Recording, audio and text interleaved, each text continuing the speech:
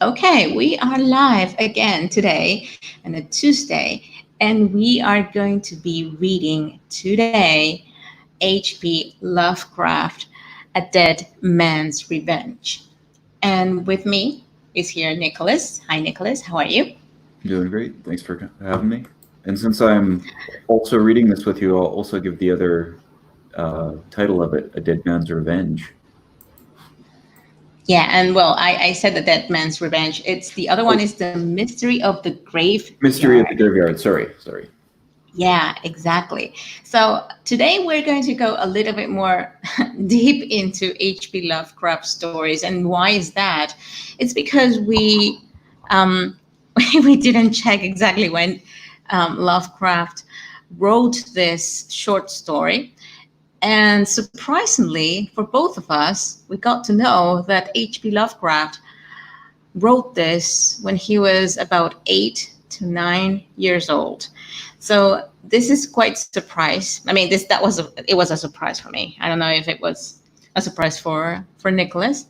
I hope it was because this is Oh yeah, something that it is.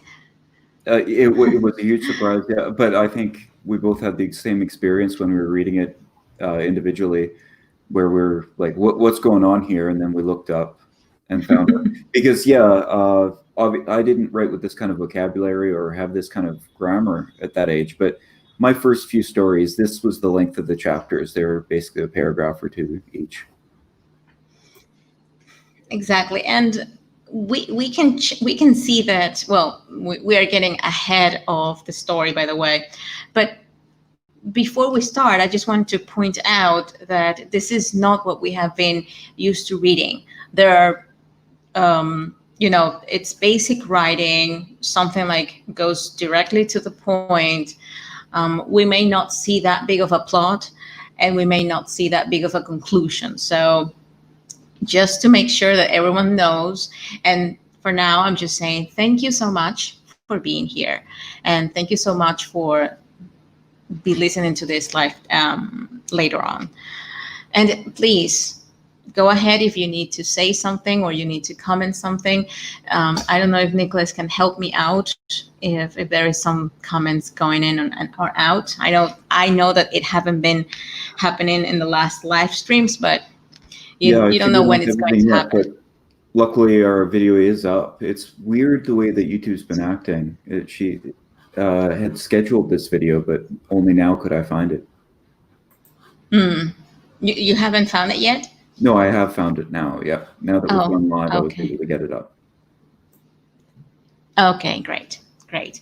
So, okay, so I'm going to start reading, but before I'm going to share the screen.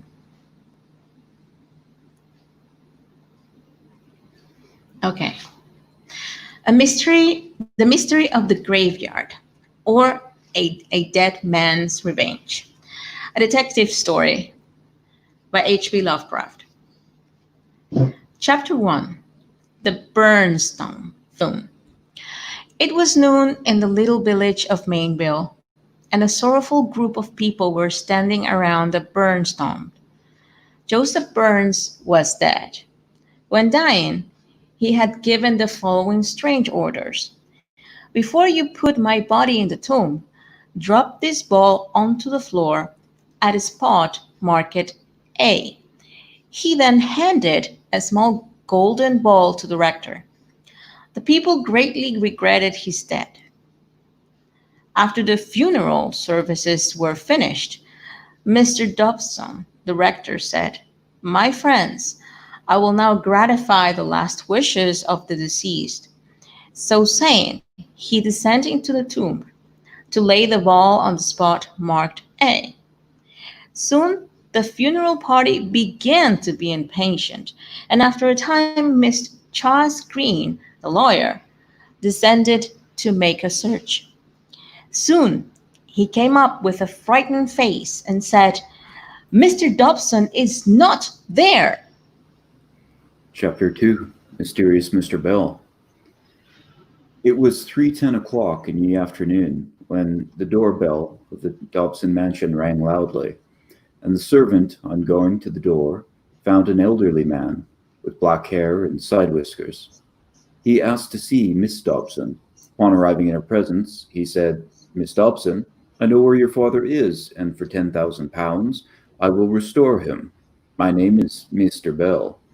"Mr. Bell," said Mrs. Dobson, "will you excuse me from the room for a moment?"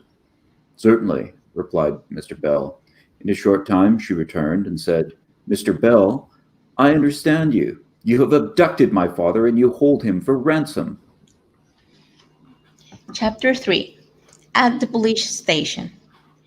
It was 3:20 o'clock in the afternoon when the telephone bell at the North End police station rang furiously, and Gibson, the telephone man, inquired what was the matter.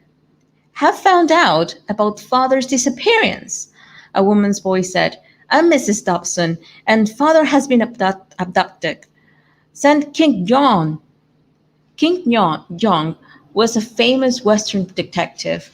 Just then a man rushed in and shouted, "Oh, terrors! Come to the graveyard!"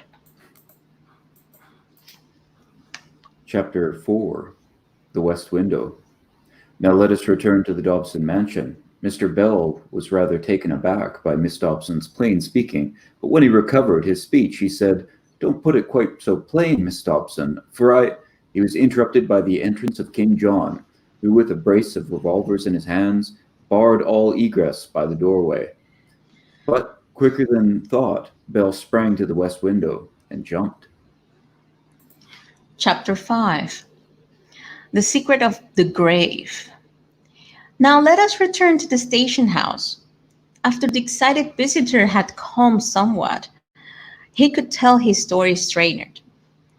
He had seen three men in the graveyard shouting, "Bell! Bell! Where are you, old man?" and acting very suspiciously. He then followed them, and they entered the burnstone. He then followed them in, and they touched a spring at the point marked A, and then disappeared. "I wish Young were here," said said Gibson.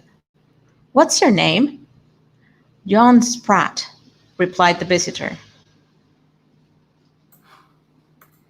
Chapter 6. The Chase for Bell. Now let us return to the Dobson mansion again. King John was utterly confounded at the sudden movement of Bell, but when he recovered from his surprise, his first thought was of chase. Accordingly, he started in pursuit of the abductor. He tracked him down to the RR station and found to his dismay that he had taken a train for Kent, a large city towards the south, and between which, at Mainville, there existed no telegraph or telephone. The train had just started. Chapter 7. The Negro Hackman. The Kent train started at 10:35, and about 10:36 an excited, dusty, and tired man rushed into the Mainville office hack office and said to a Negro hackman who was standing by the door, "If you can take me to Kent in 15 minutes, I will give you $1." "I don't see how they'll get there," said the Negro. "I have got a decent pair of hose and I have $2." shouted the traveler. "All right," said the hackman. King John. Chapter 8. Bell's Surprise. It was 11 o'clock at Kent. All of the stores were closed but one, a dingy, dirty little shop, down at the West End. It lay between Kent Harbour and the Kent and Mainville RR. In the front room, a shabbily dressed person of doubtful age was conversing with a middle-aged woman with grey hair. "I have agreed to do the job, Lindy," he said. "Bell will arrive at 11:30, and the carriage is ready to take him down to the wharf, where a ship for Africa sails tonight." "But if King John were to come?" queried Lindy. "Then we'd be nabbed, and Bell would be hung," replied the man. Just then a rap sounded at the door. "Are you Bell?" inquired Lindy. "Yes," was the response. "And I caught the 10:35, and King John got left, so we are all right." At 11:40 the party reached the landing and saw a ship loom up in the darkness. The key hive of Africa was painted on the hull, and just as they were to step on board, a man stepped forward in the darkness and said, "John Bell, I arrest you in the Queen's name." It was King John. Chapter 9. The Trial. The day of the trial had arrived, and a crowd of people had gathered around the little grove, which served for a courthouse in summer, to hear the trial of young Bell on the charge of kidnapping. "Mr. Bell," said the judge, "what is the secret of the burnstone?" "I will tell you this much," said Bell. "If you go into the tomb and touch a certain spot marked A, you will find out." "Now, where is Mr. Dobson?" queried the judge. "Here," said a voice behind them, and the figure of Mr. Dobson himself loomed up in the doorway. "How did you get here?" was chorused. "'Tis a long story," said Dobson. Chapter 10. Dobson's Story. "When I went down into the tomb," said Dobson, "everything was darkness. I could see nothing, but finally I discerned the letter A printed in white on the onyx floor. I dropped the ball on the letter, and immediately a trap door opened and a man sprang up. It was this man, here," he said, pointing at Bell, who stood trembling on the prisoner's dock. "And he pulled me down into the brilliantly lighted and palatial apartment where I have lived until today. One day a young man rushed in and exclaimed, 'The secret is revealed,' and was gone.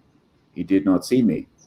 Once Bell left his key behind, and I took the impression in wax. The next day was spent in filing the keys to fit the lock. The next day my key fitted, and the next day, which is today, I escaped." Chapter 11. The Mystery Unveiled. "Why did the late J. Burns ask you to put the ball there, at A?" queried the judge. "To get me into trouble," replied Dobson. "He and Francis Burns, his brother, had plotted against me for years, and I knew not in what way they would harm me. Seize Francis Burns," yelled the judge. Chapter 12. Conclusion. Francis Burns and John Bell were sent to prison for life. Mr. Dobson was cordially welcomed back by his daughter, who, by the way, had become Mrs. King John.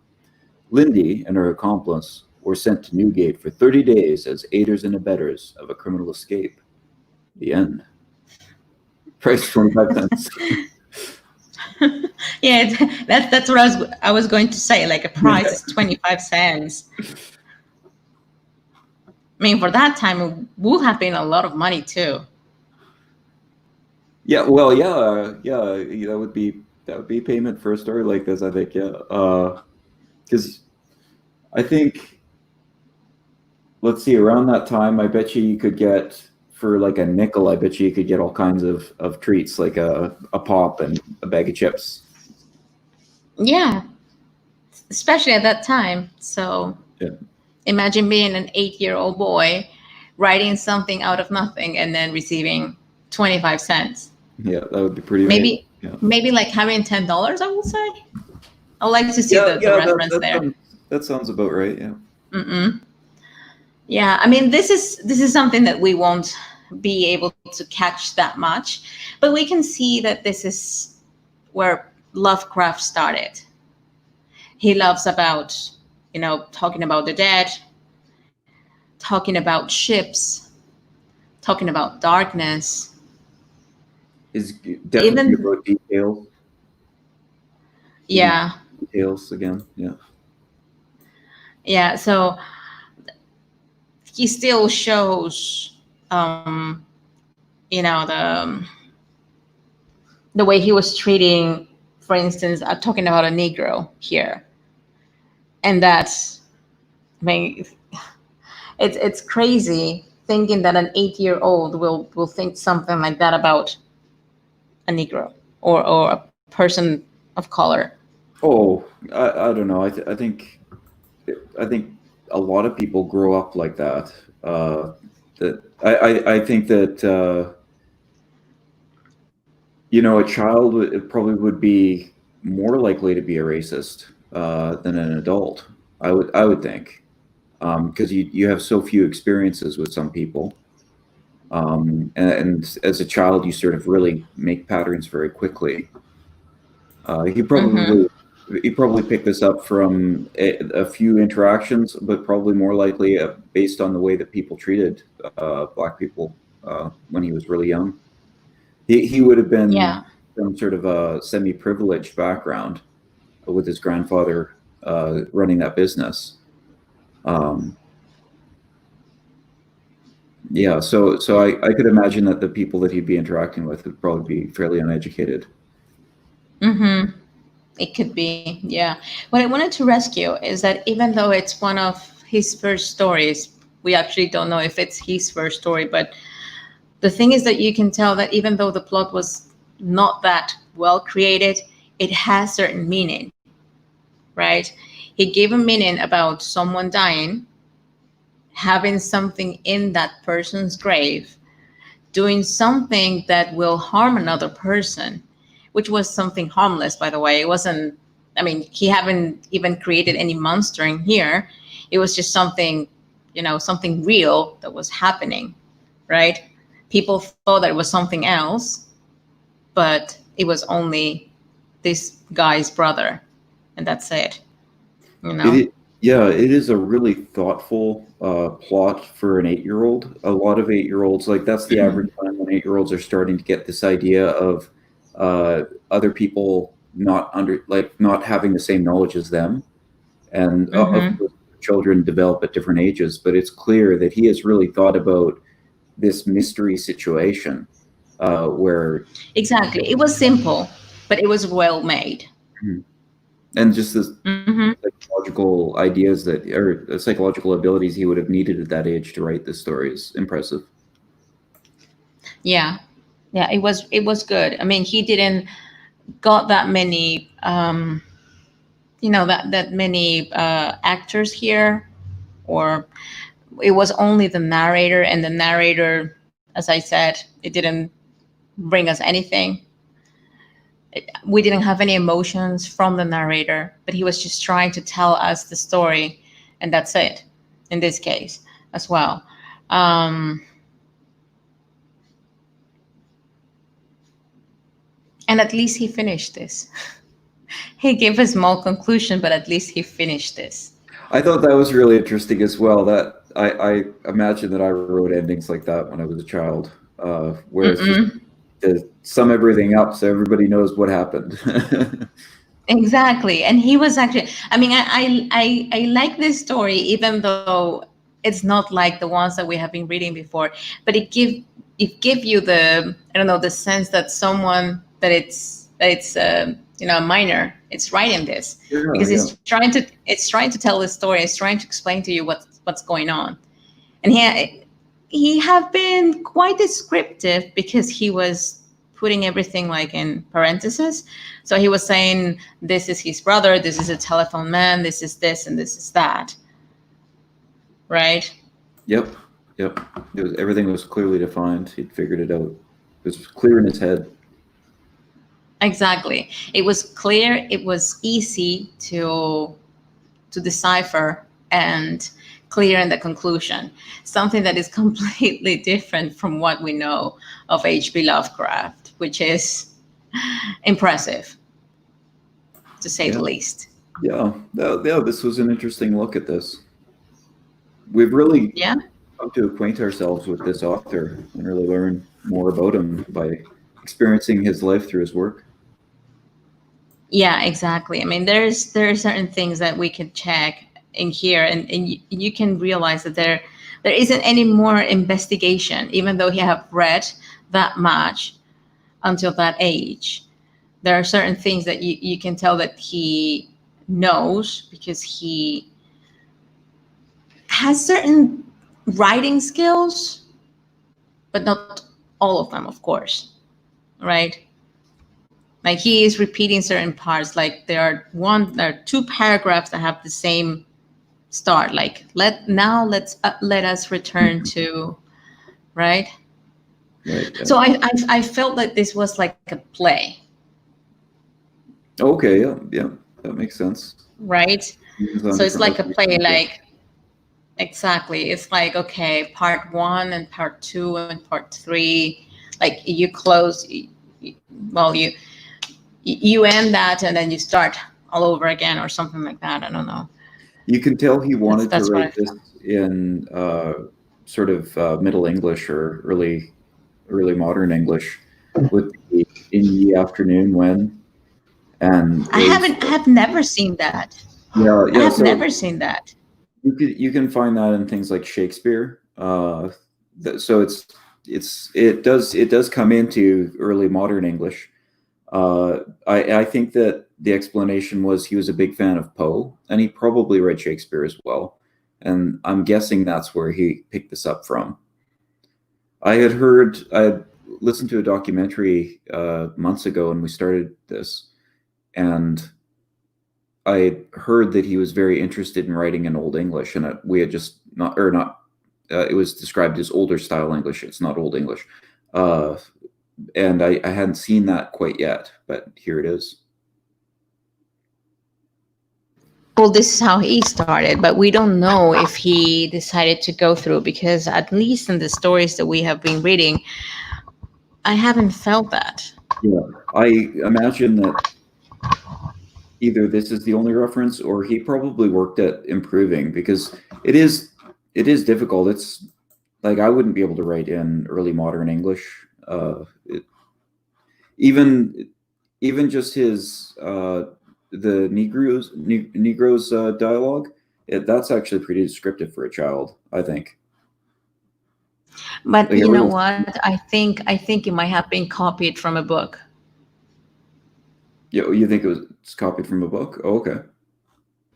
Yeah, I mean, at least he have been reading lots of books at that time. I remember that we said in live streams before that H.P. Lovecraft started reading since he was 5 years old, if I remember correctly.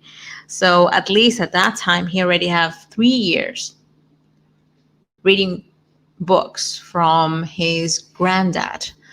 So he might have had lots of experience by reading detective stories, and I know that he was into that, Oh, right? sorry, And I I'm was. guessing that, and I'm yeah, and I'm guessing that the typical the ones that are the bad guys are the Negroes, or the ones that you are trying to pursue are the Negroes, or at least you have some sort of dialogue What from did you them. mean by copied from a book? Did you mean learned, or did you mean like he actually took Not lines exactly out of it? copied, but for instance, no, I may have expressed myself wrong. Maybe he saw those words and he joined them together,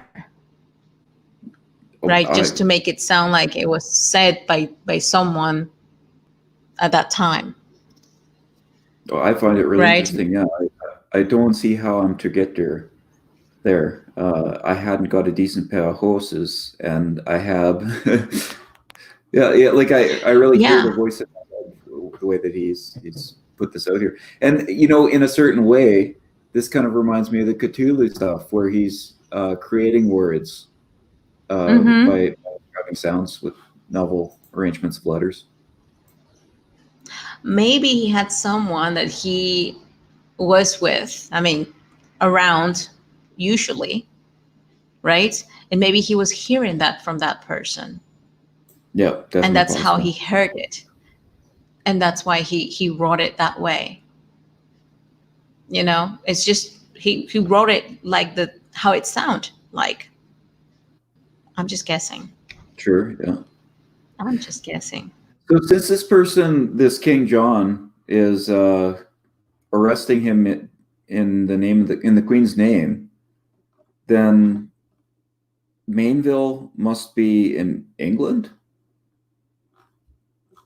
because it wouldn't be, or I like might. possibly Canada. It might be. Because you wouldn't be arresting somebody in the Queen's name in the States Hmm. in the No, and that 1900s. wouldn't. No, and especially because he wanted to replicate the English literature or the way that they wrote there, I guess. So that's why he tried to like move over there. But that's something even more interesting. That means that he have had different books that came from Europe, and he Oh was yeah, reading all of those, and he was getting all of that knowledge from there, and that's why yeah. he knew certain things, certain ways that they were saying words, but he didn't want to use in every single sentence because I'm guessing that he didn't want it to annoy people to all of this European literature. He was just to try to make sure that he had certain parts, you know, just like us, that we are checking that this is, oh my God, this is English literature, or this is had to do with, you know, European literature, I guess. Yeah, it definitely seems to be an attempt, and a little bit confusing because we've got this character King John, so his name must be King rather than John King. Like I could Yeah. see a John King, that's a regular name, but King John makes it seem like he is the king, and the king wouldn't arrest somebody in the queen's name. So it's an odd choice for Yeah. a name. There's also another character in the story called John. And they even said it was a famous Western detective, Oh, right. Yep. Yeah. right? So that was like the nickname, I guess. Hmm. Mm-mm. That makes sense. Yeah. If it was a nickname, that would make sense. Yeah, but I think about what you said about the you know, what's what it is. Okay, that Young Bell, I arrest you in the Queen's name, blah blah blah. I think Yeah. that was Yeah. forced there. Yeah. I would that He's was a forced there Western because detective. he, Yeah. yeah, and because he had King in his nickname. Oh, okay. Sure. Yeah. That makes sense. Maybe it's a That's joke. maybe it's a joke as well. Yeah, because he liked to joke. Yeah. He liked to do jokes. Yeah, to make jokes. Yes. Um, what else? What else can we bring here?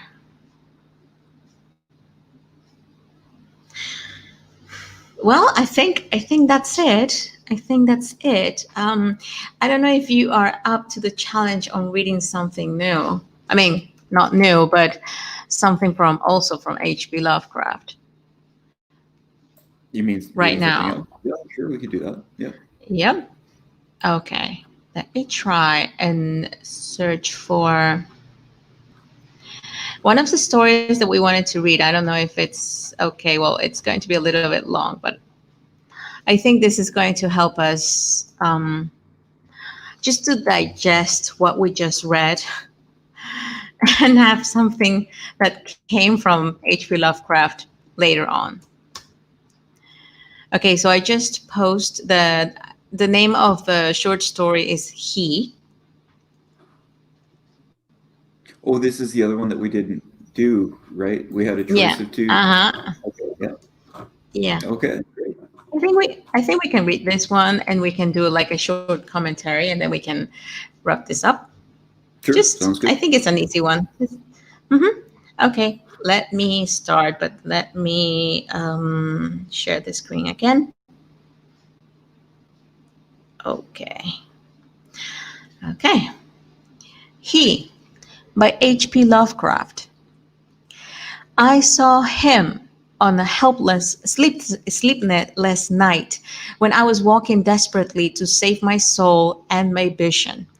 My coming to New York had been a mistake, for whereas I was looked for poignant wonder and inspiration in the teeming labyrinth of ancient streets and that twist endlessly from forgotten courts and squares and waterfronts to courts and squares and waterfronts equally forgotten, and on and in the cyclopean modern towers and pinnacles that rise blackly, Babylonian under waning moons, I had found instead only a sense of horror and oppression which threatened to master, paralyze, and annihilate me. The disillusion had been gradual. Coming for the first time upon the town, I had seen it in the sunset from a bridge, majestic above its waters, its incredible peaks and pyramids rising flower-like and delicate from pools of violet mist to play with the flaming golden clouds and the first stars of evening.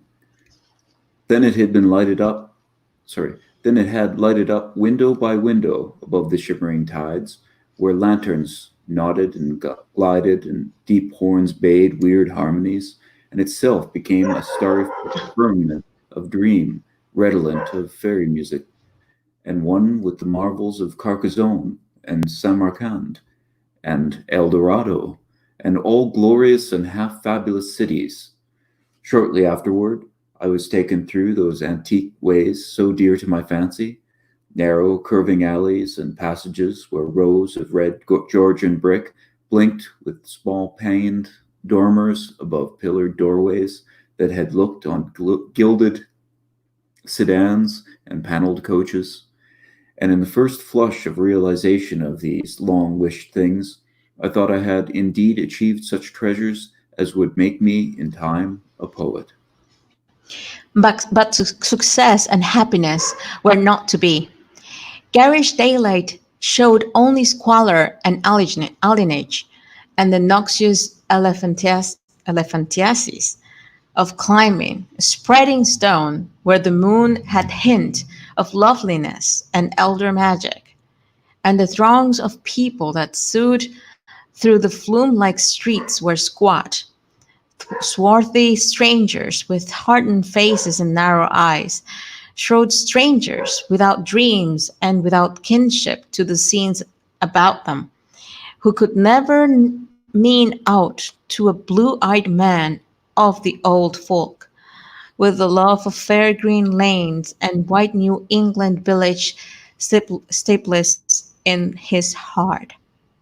So instead of the poems I had hoped for, there came only a shuddering blankness and ineffable loneliness, and I saw at last a fearful truth which no one had ever dared to breathe before, the unwhisperable secret of secrets, the fact that this city of stone and stridor is not a sentient perpetuation of old New York as London is of old London, and Paris of old Paris, but that it is in fact quite dead, its sprawling body imperfectly embalmed and infested with queer animate things which have nothing to do with it as it was in life.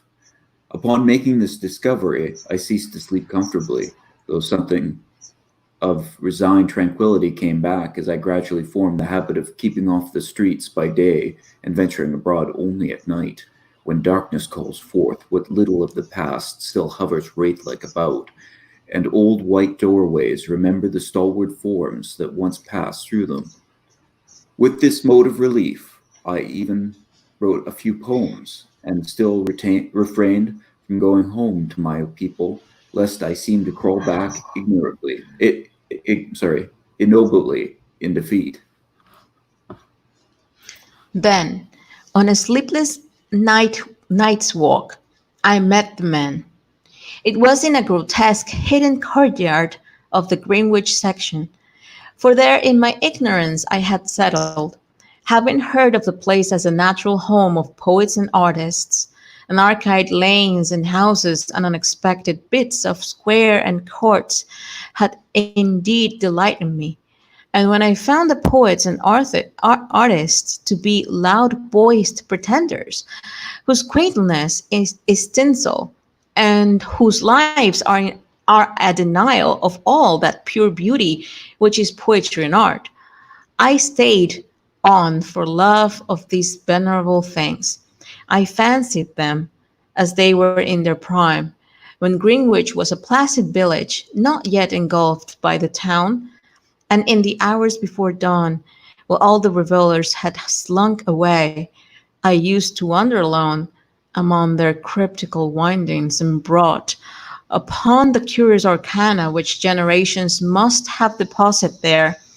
This kept my soul alive and gave me a few of those dreams and visions for which the poet far within me cried out.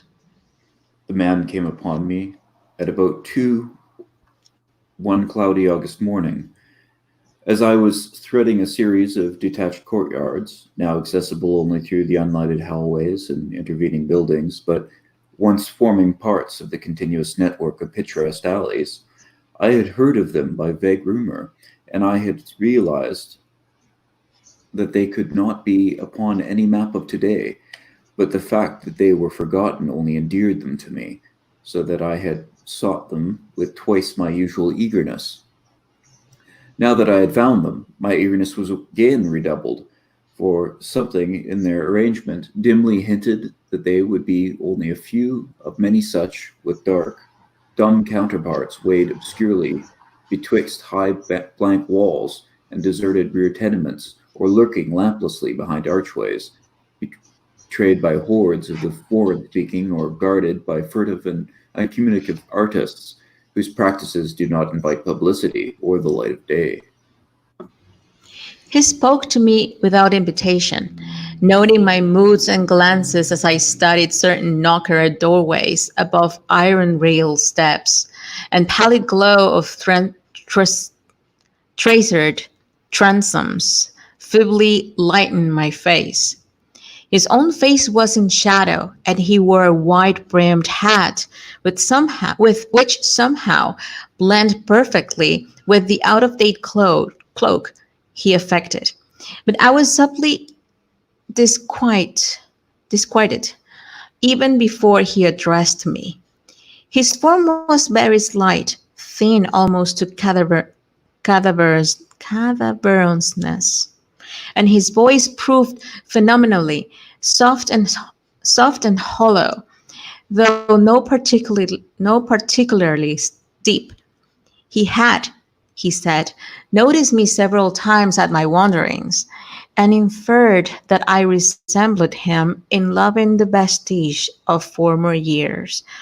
Will I not be the guidance of one long practice in these explorations, and possessed of local information profoundly deeper than any which an obvious newcomer could possibly have gained? As he spoke, I caught a glimpse of his face in the yellow beam from a solitary attic window.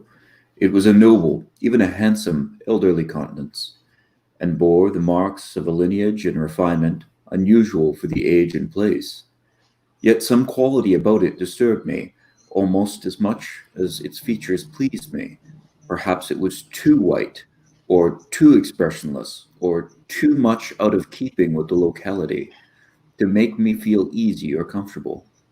Nevertheless, I followed him, for in those dreary days in my quest for antique beauty and mystery was all that I had to keep my soul alive, and I reckoned it a rare favor of fate to fall in with one of those kindred seemed seemed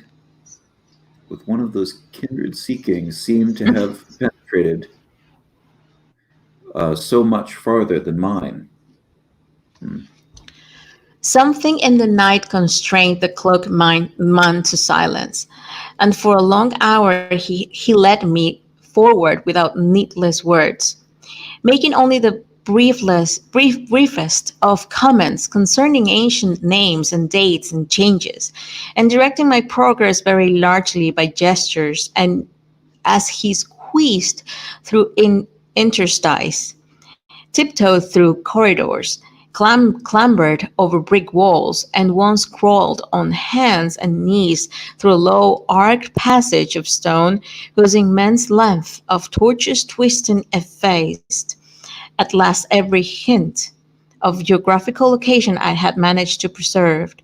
The things we saw were very old and marvelous, or at least they seemed so, in a few strangling rays of light by which I view them, and I shall never forget the tottering Ionic columns and fluted pilasters of urn-headed iron fence posts, and flaring lintel windows and decorative fanlights that appeared to grow quainter and stranger, the deeper we advance into the inexhaustible maze of unknown antiquity. We met no person. As time pressed, the little windows became fewer and fewer. The street lights we first encountered had been of oil, and of the ancient lozenge pattern. Later, I noticed some with candles, and at last, after traversing a horrible unlighted court where my guide had to lead with his gloved hand through total blackness to a narrow wooden gate in the high wall, we came upon a fragment of alley lit only by lanterns in front of every seventh house. Unbelievably colonial tin lanterns with conical tops and holes punched in the sides. This alley led steeply uphill, more steeply than I thought possible in this part of New York, and the upper end was blocked squarely by the ivy-clad wall of a private estate, beyond which I could see a pale cupola and the tops of trees waving against a vague dark lightness in the sky. In this wall was a small, low-arched gate of nail-studded black oak, with the man which the man proceeded to unlock with a ponderous key, leading me within. He steered a course in utter blackness over what seemed to be a gravel path, and finally up a flight of stone steps to the door of the house, which he unlocked and opened for me. We entered, and as we did, so I grew faint from a reek of infinite mustiness which welled out to meet us, and which must have been the fruit of unwholesome centuries of decay. My host appeared not to notice this, and in courtesy I kept silent as he piloted me up a curving stairway, across a hall, and into a room whose door I heard him lock behind us. Then I saw him pull the curtains of three small paned windows that barely showed themselves against the lightened sky, after which he crossed to the mantel, struck flint and steel, lighted two candles of a candelabrum of 12 scones, and made a gesture enjoining soft-toned speech. In this feeble radiance, I saw that we were in a spacious, well furnished, and paneled library dating from the first quarter of the 18th century, with splendid doorway pediments, a delightful Doric cornice, and a magnificently carved overmantel with scroll and urn top. Above the crowded bookshelves at intervals along the walls were well wrought family portraits, all tarnished to an enigmatic dimness, and bearing an unmistakable likeness to the man who now motioned me to a chair beside the graceful Chippendale table. Before seating himself across the table from me, my host paused for a moment, as if in embarrassment. Then, tardily removing his gloves, wide-brimmed hat, and cloak, stood theatrically revealed in the full mid-Georgian costume, from queued hair and from queued hair and neck ruffles to knee benches, silk hose, and the buckled shoes I had not previously noticed. Now, slowly sinking into a lyre-backed chair, he commenced to eye me intently. Without his hat, he took on an aspect of extreme age, which was scarcely visible before, and I wondered if this unperceived mark of singular longevity were not one of the sources of my original disquiet. When he spoke at length, his soft, hollow, and carefully muffled voice not infrequently quavered, and now and then I had great difficulty in following him as I listened with a thrill of amazement and half disavowed alarm which grew each instant. You behold, sir, my host began, a man of very eccentric habits, for whose costume no apology need be offered to one with your wit and inclinations. Reflecting upon better times, I have not scrupled to ascertain their ways and adopt their dress and manners, an indulgence which offends none if practiced without ostentation. It hath been my good fortune to retain the royal seat of my ancestors, swallowed through it, though it was by two towns, first Greenwich, which built up hither after 1800, then New York, which joined on near 1830. There were many reasons for the close keeping of this place in my family, and I have not been remiss in discharging such obligations. The squire who succeeded to it in 1768 studied certain arts and made certain discoveries, all connected with influences residing in this particular plot of ground and eminently deserving of the strongest guarding.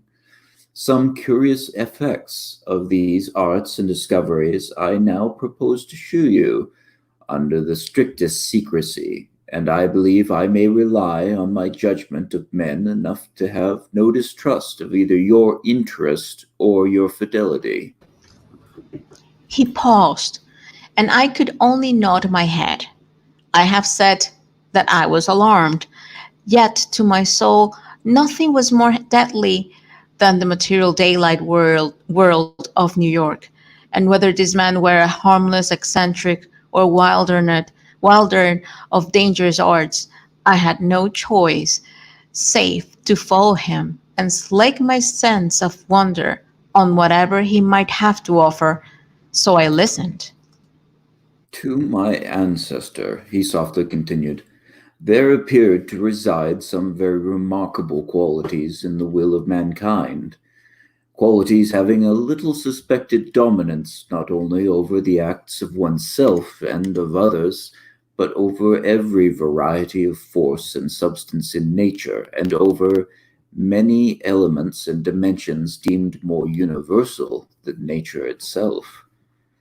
May I say that he flouted the sanctity of things as great as space and time, and that he put to strange uses the rights of certain half-breed red Indians once encamped upon this hill?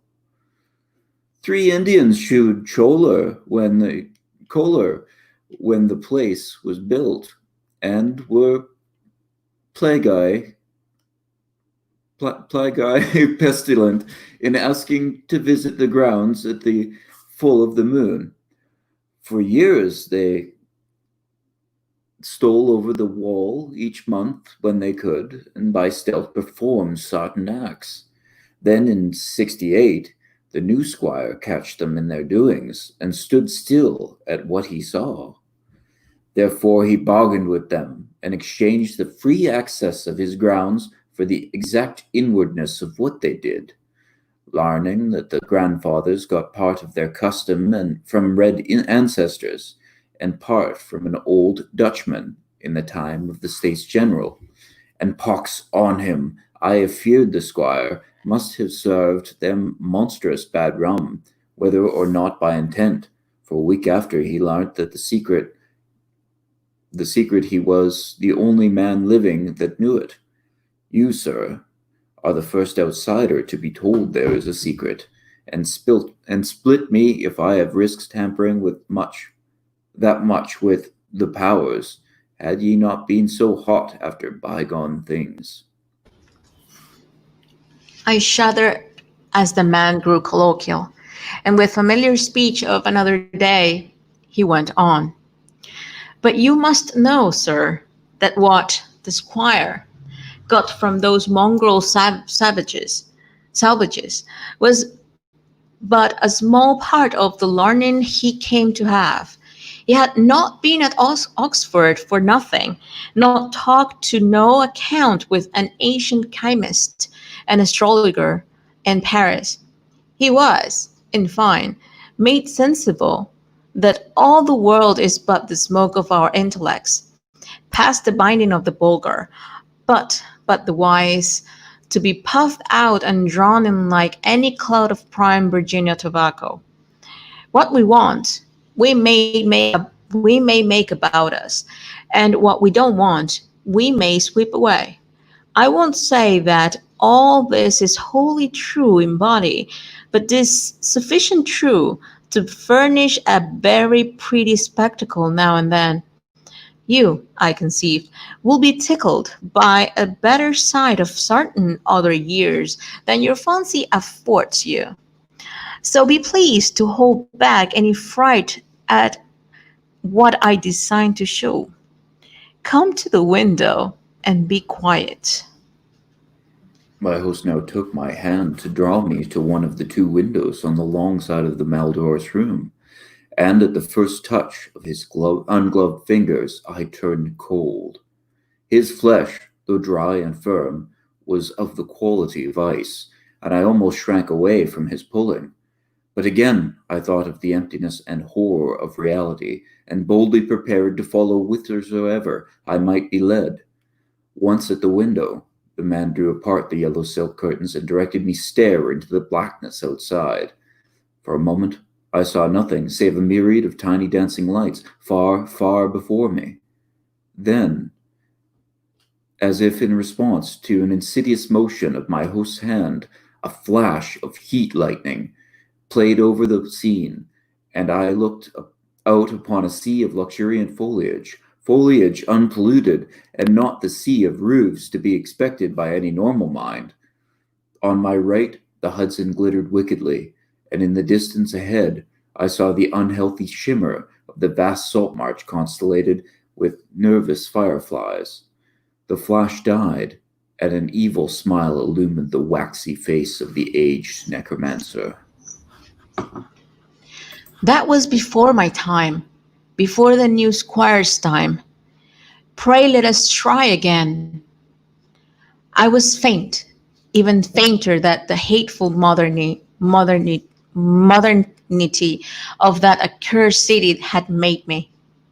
Good God, I whispered, can you do that for any time? And as he nodded, I bared the black stumps of what had once been yellow fangs. I clutched at the curtains to prevent myself from falling. But he steadied me with a terrible, ice cold claw and once more made his insidious gesture. Again, oh, I'm sorry, this is your part. Sure. Again the lightning flashed, but this time upon a scene not wholly strange. It was Greenwich, the Greenwich that used to be, with here and there a roof, a row of houses as we see it now, yet with lovely green lanes and fields and bits of grassy common. The March still glittered beyond, but in the farther distance I saw the steeples of what was then all of New York, Trinity and St. Paul's, and the brick church dominating their sisters, and a faint haze of wood smoke hovering over the whole. I breathed hard, but not so much for the sight itself as from the possibilities my imagination terrifiedly conjured up. Can you, dare you, go far? I spoke with awe, and I think he shared it for a second, but the evil grin returned. Far? What I have seen will blast ye to a mad statue of stone. Back, back, forward, forward. Look, you're pulling like wit. And as he snarled the phrase under his breath, he gestured anew, bringing to the sky a flash more blinding than either which had come before. For full 3 seconds I could glimpse the pandemoniac sight, and in those seconds I saw a vista which will ever after torment me in dreams. I saw the heavens verminous with strange flying things, and beneath them a hellish black city of giant stone terraces, with impious pyramids flung savagely to the moon, and devil lights burning from unnumbered windows, and swarming loathsomely on aerial galleries. I saw the yellow, squint-eyed people of that city, robed horribly in orange and red, and dancing insanely to the pounding of fevered kettle drums, the clatter of obscene kotala, and the maniacal moaning of muted horns, with ceaseless dirges, rose and fell undulantly, like the waves of an unhallowed ocean of bitumen. I saw this vista, I say, and heard as with the mind's ear the blasphemous domdaniel of cacophony which companioned it. It was the shrieking fulfillment of all the horror which that corpse city had ever stirred in my soul, and forgetting every injunction to silence, I screamed and screamed and screamed as my nerves gave away and the walls quivered about me. Then, as the flush subsided, I saw that my host was trembling too, a look of shocking fear half blotting from his face the serpent distortion of rage which my screams had excited. He tottered, clutched at the curtains, as I had done before, and wriggled his head wildly like a wild animal. God knows he had cause, for as the echoes of my screaming died away, there came another sound so hellishly suggestive, the only numbered emotion, num- that only numbed emotion kept me sane and conscious. It was the steady, stealthy creaking of the stairs beyond the locked door, as with the ascent of a barefoot or skin-shod horde, and at last the cautious, purposeful rattling of the brass latch that glowed in the feeble candlelight. The old man clawed and spat at me through the moldy air, and barked things in his throat as he stayed with the yellow curtain he clutched. The full moon. Damn, yeah, yeah, yeah, yelping dog. You call them. They've come for me. Moccasined feet. Dead men. God sink ye.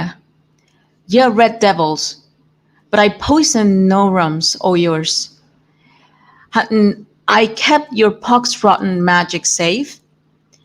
Ye swilmed yourself sick. Curse ye. And ye must need blame the squire.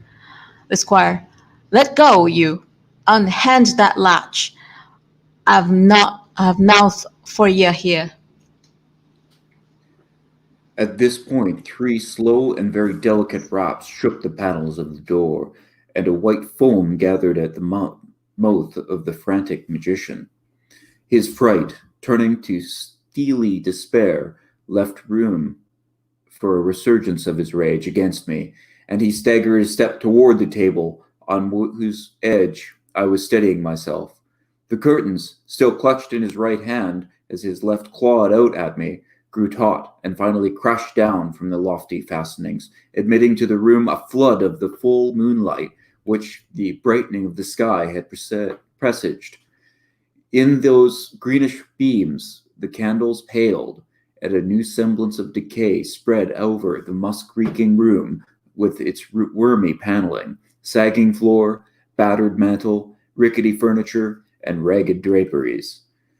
It spread over the old man, too, whether from the same source or because of his fear and vehemence, and I saw him shrivel and blacken as he lurched near and strove to rend me with vulturine talons.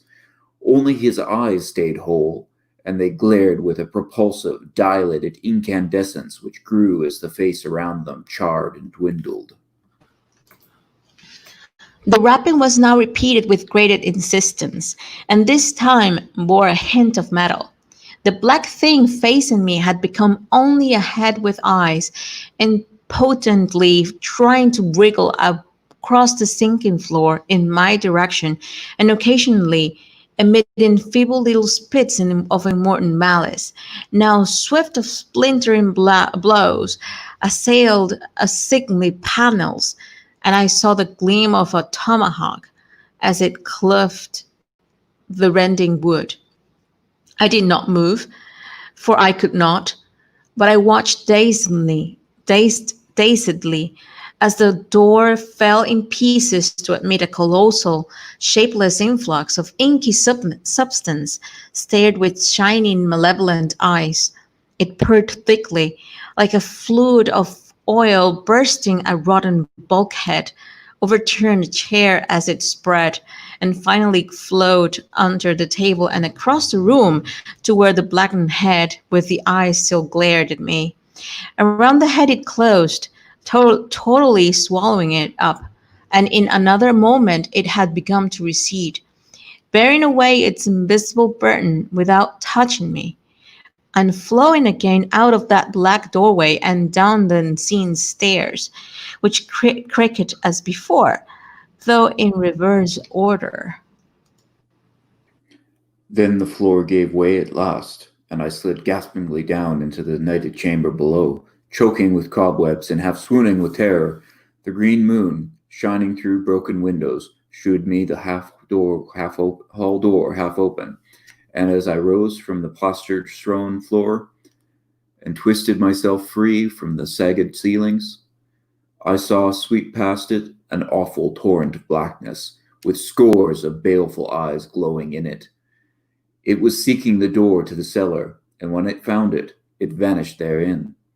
I now felt the floor of this lower room giving as that of the upper chamber had done, and once a crashing above had been followed by the fall past the west window, or something which must have been the cupola. Now liberated for the instant from the wreckage, I rushed through the hall to the front door, and finding myself unable to open it, seized a chair and broke a window, climbing frenziedly out upon the unkempt lawn where moonlight danced over yard-high grass and weeds. The wall was high, and all the gates were locked, but moving a pile of boxes in a corner, I managed to gain the top and cling to the great stone urn set there. About me, in my exhaustion, I could see only strange walls and windows and old bramble roofs. The steep street of my approach was nowhere visible, and the little I did see succumbed rapidly to a mist that rolled in from the river despite the glaring moonlight. Suddenly, the urn to which I clung began to tremble, as if shared with my own lethal dizziness, and in another instant my body was plunging downward to I knew not what fate. The man who found me said that I must have crawled a long way despite my broken bones, for a trail of blood stretched out as far as he dared look. The gathering rain soon effaced this link with the scene of my ordeal, and reports could state no more than that I had appeared from a place unknown at the entrance of a little black court off Perry Street. I never sought to return to those tenebrous labyrinths, nor will I direct any sane man thither if I could. Or who or what that ancient creature was, I had no idea. But I repeat that the city is dead and full of unsuspected horrors. Whither he has gone, I do not know. But I have gone home to the pure New England lanes up, which fragrant seas winds sweep at evening. Great. Well, I think I have a new favorite. I really like this one. This was, This especially one, at the beginning, very poetic. yeah, and it was really descriptive. I think it was really descripting. I mean, it was a really descriptive short story, um, in a difference in what we have read from H.P. Lovecraft. But he was only talking about something really simple in here. What do you think? That's one of the things I love about it so much, is that it's so short and encapsulated. Did you hear my comment about the poetry earlier, or was I on mute? No, yeah, I did. I did hear Okay. that. Mm-hmm. Yeah, I mean, as I said, this was like really.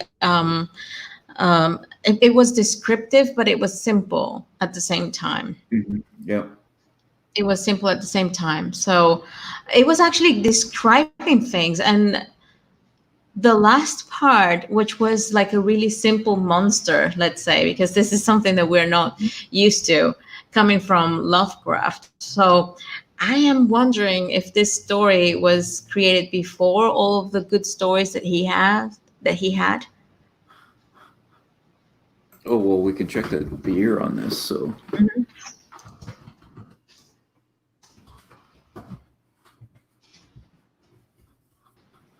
Well, it was in 1926, so it was around the time he was writing all of these good stories. Yep, yep. This is his golden period, I'd say. Yeah, he was really on a roll there.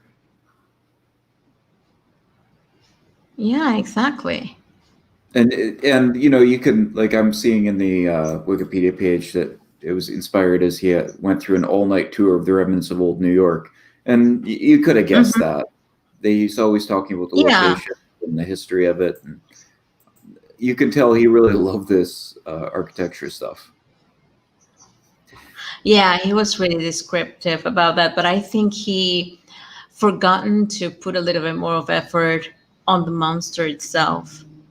I thought it was great because, like, we get a bunch of description from the old necromancer, right? I really enjoyed him, and except for the language, I think, of the monster or whatever it is, the the the idea of just this black amorphous thing coming in with all these eyes and a mouth and things, uh, and taking him because he's been spotted by while he was looking at this distant place. I like that. It's nice and simple. If he had kept on going, I think I would have found it less elemental. Mm-hmm. This I is mean, almost like part of the natural world or uh-huh. something, coming and getting them. And well, again, there is a narrator. This narrator is not giving us any emotions, and it's only telling the story from, part of what's going on with that. I mean, this person. Let me check on the name. It doesn't have the name, right? Uh, let's see. He's referred to as Well, the it's. necromancer. Uh, I'm sorry to say this. The narrator is the one that it's leaving the story, by the way. So, oh, is but he? Did I get it mixed yeah, up? yeah, it's in first person. I No, thought. no. You see, I haven't even received any emotions from him. No, I no, thought it like was being read. it's the host that gets Uh-huh. taken, right? And then the floor cloth Exactly. falls into the ground. So the host is not the narrator. He does get taken away later, but the first Yeah. one to get taken away is the host, right? Mm-hmm. I think so. Hmm. Okay. Yeah. I like it. It's like an elemental ghost story. It feels very placed. I guess I disagree with you in that I don't want more description of the monster. I like the lack of description of the monster. I think it would have made it too much of a fictional thing, whereas this is more of a feeling like from a nightmare or something. Well, maybe I was referring that it wasn't being told as much as the other stories. Yeah, This yeah, was like, I think it was just like one paragraph or two paragraph long, and that's it. That's what I felt. Like, it was just like a bit of the story, and this story, even though it's a short story, it's been really long.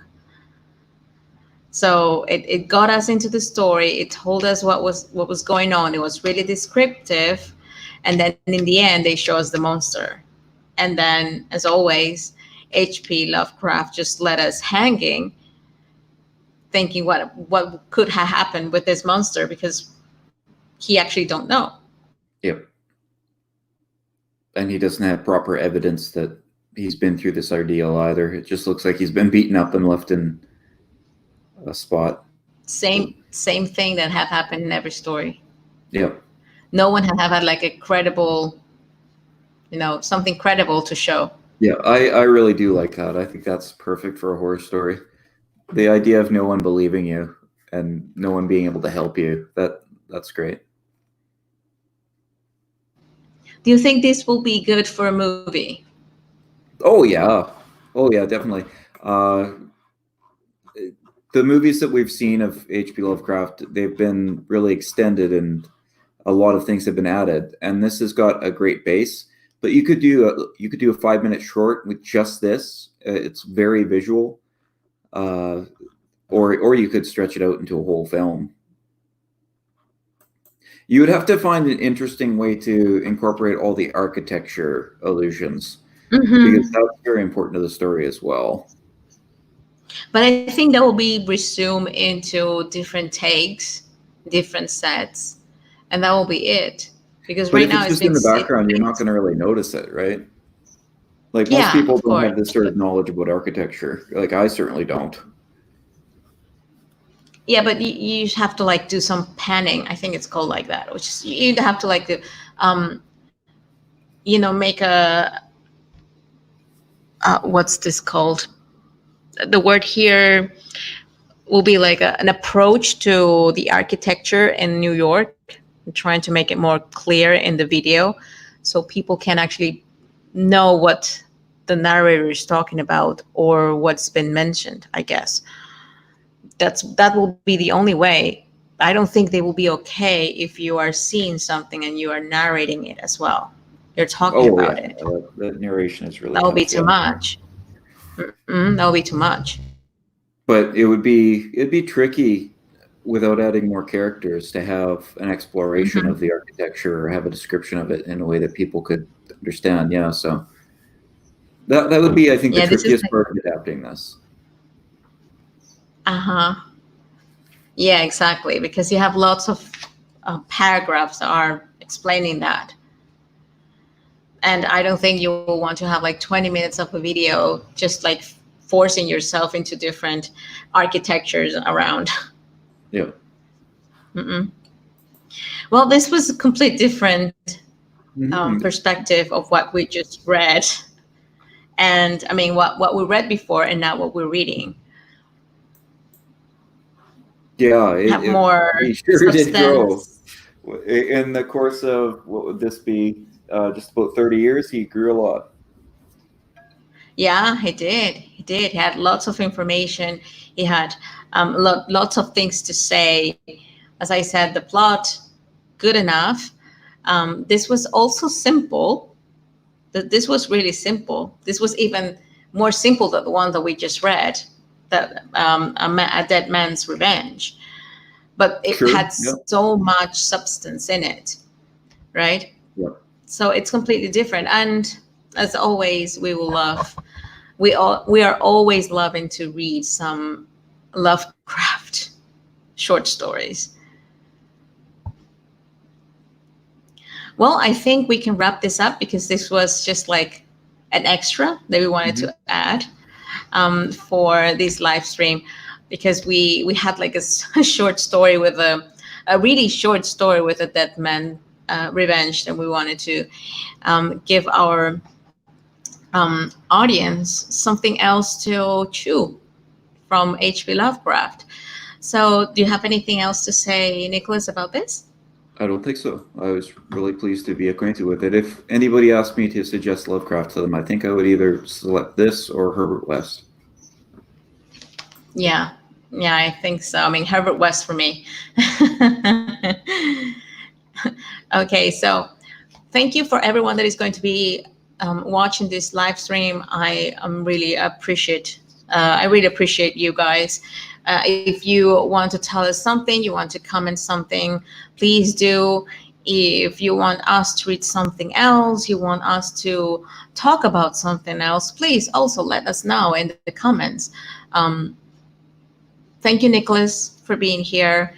He is an excellent reader. He is right now on Twitch. He is also here in YouTube. And we are still trying to move ourselves to different platforms. We are going to later on. We're still trying to figure it out a way. But for now, I think it's everything. So thank you, Nicholas, for being here. Thanks for having me. And thank you, everyone that will be watching this later on. And I hope to see you guys soon.